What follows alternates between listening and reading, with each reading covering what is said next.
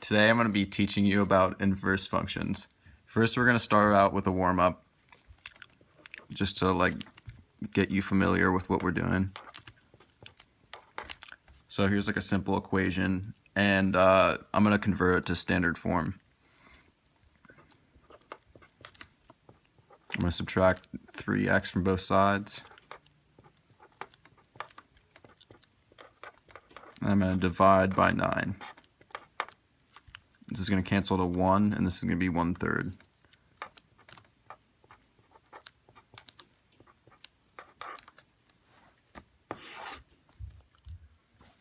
So an inverse function is essentially the opposite of another function. I'm going to show some examples. So here's a function, f of x equals 3x minus 2. The inverse of it would be x over 3 plus 2/3. And the way you would get this is you plug in y for x and then you just solve. So here's an example. So I'd make it x equals 3y minus 2. And I would add 2 to both sides. X plus 2 equals 3y. And then just divide by 3. And that just gives me the same exact answer.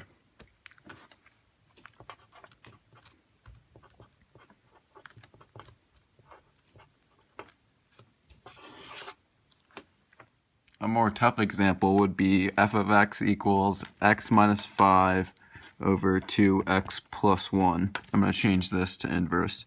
So I'm going to make it y minus 5 over 2y plus 1 and make that equal to x.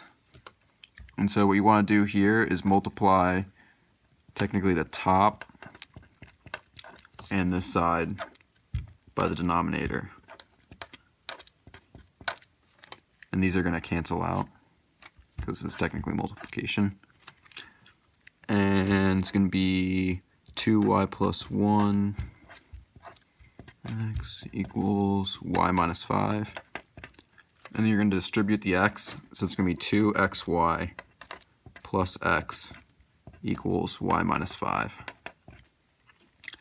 The next step is going to be to subtract the y and subtract the x on both sides.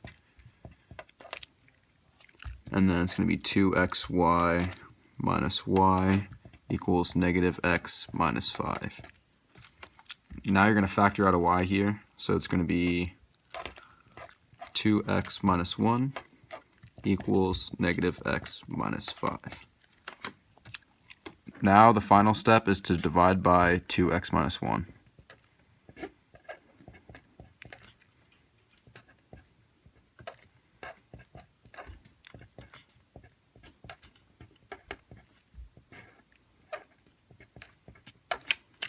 And there's your answer. The final example I have is an inverse relationship, and it's between logarithmic functions and exponential functions. So here's the equations and how you change them. So I'm going to write down a function. I'm going to find the inverse of it.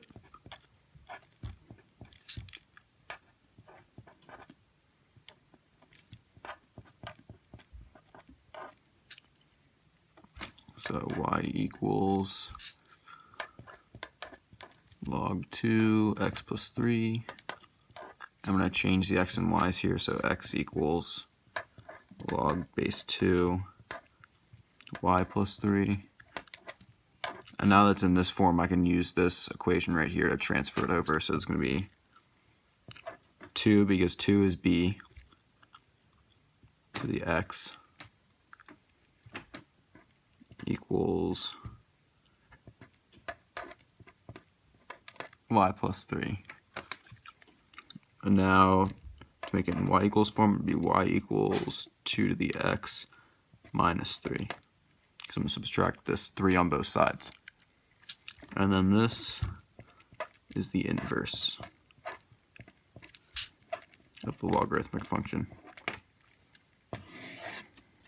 So the reason I reviewed this concept was because in the future you're going to need to use inverse to find inverse derivatives and such, so that's pretty much why I went over it.